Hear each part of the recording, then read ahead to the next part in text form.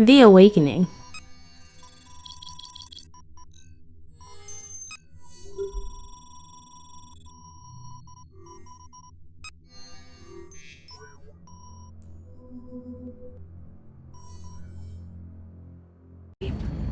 Voice from the outer world. It's their name for Messiah. It means the Bene Gesserit have been at work here. Planting superstitions. Preparing the way, Paul.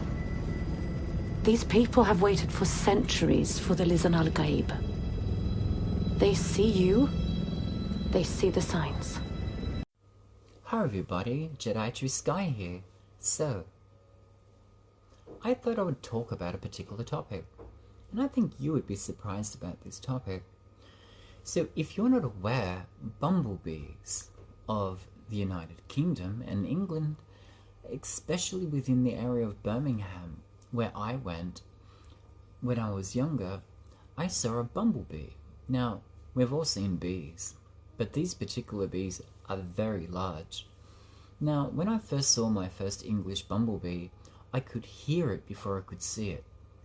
And the vibration of its wings was something my ears have never quite heard before. And I was assured that they were quite harmless and were actually starting to become very rare in the country. Now, with other research of an area known as the Tartarian Empire, that was an older civilization that isn't as well known, there was old areas of, cards, pictures known as them holding umbrellas and flying and floating. Now, we all heard about the flying magic carpets and scarab beetle wings being able to even defy gravity themselves, and it seems Mother Nature can make large things fly with certain harmonics in their wings, even though the wings are way too small to make them defy gravity. They can fly. So, with my study in putting 2 and 2 together to make 4, they have twin wings.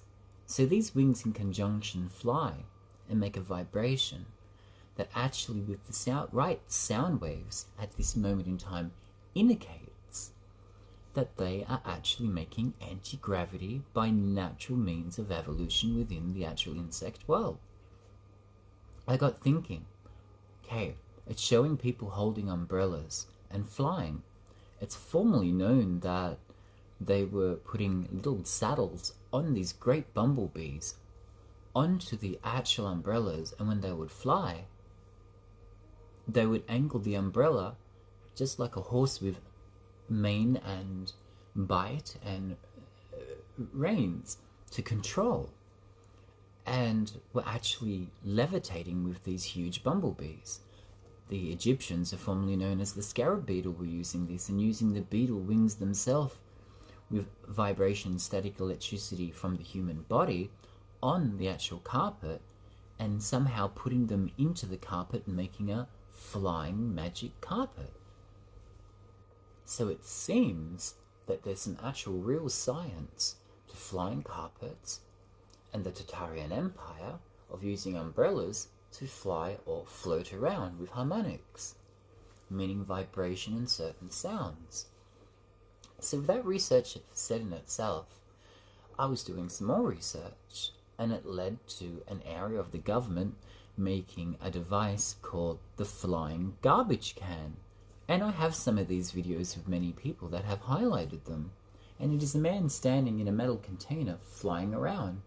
Now, at first we all thought it had to do with the new or the old area like we call drones currently, and different vibrations of the actual engines to allow it to lift. Then we found out there was no actual mechanical device in it, and they were using mere static electricity again from the human body, and the garbage can was using an actual small battery in it conducting power through what we presume at this moment in time as he was collecting the scarab beetle wings. So there's a lot of information here regarding magic actually being real science, being back-engineered and used from the insect world. Now, I thought to myself, that's pretty amazing stuff. That's information that I think others should know as well. So let's think about another movie that was made. Has anyone heard of Mary Poppins with her magic umbrella that she floats away with? And where the idea of that came from? Very interesting. It makes me want to go out and get a scarab wing, do a 3D print, and put some energy into the 3D print. Maybe we got to make it of some metal or a conductor 3D print, maybe of something metallic, maybe something else. I'm not sure. But there's definitely something to this. A non-mechanical device, a flying carpet, umbrellas that use bees saddled to fly.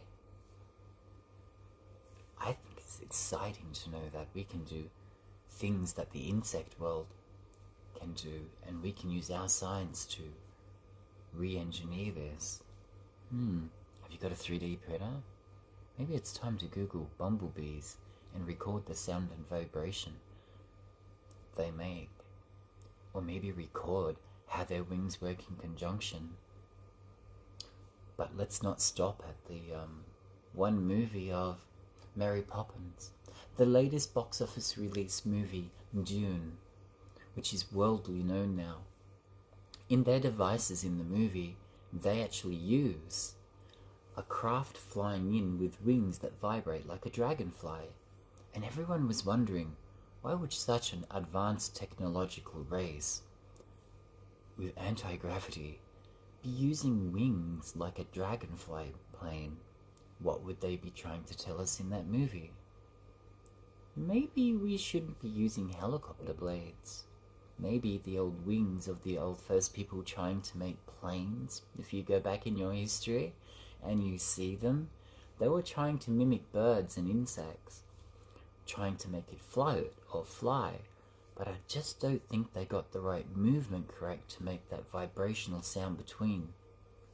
So if you didn't know about certain other insects and their wings are too large, they're too large for their wings to make them fly, the wings make the harmonics on and float through the energy on a scarab beetle, but the small wings allow them to move forward, up, down, and left, and it's the shell casing of the wing that seems to make them float. Bumblebees use the wings with harmonics and angulization to make them fly. Such interesting information. Maybe we should experiment a little bit more. I hope your research is going well. The Awakening. Material that is robust enough to withstand the high level of vibration as shown in the movie, it would be difficult to isolate the rest of the airframe, the components, and its occupants from the vibration. The wings are cantilevered to the mainframe, which means that the vibration producing component is present inside the airframe.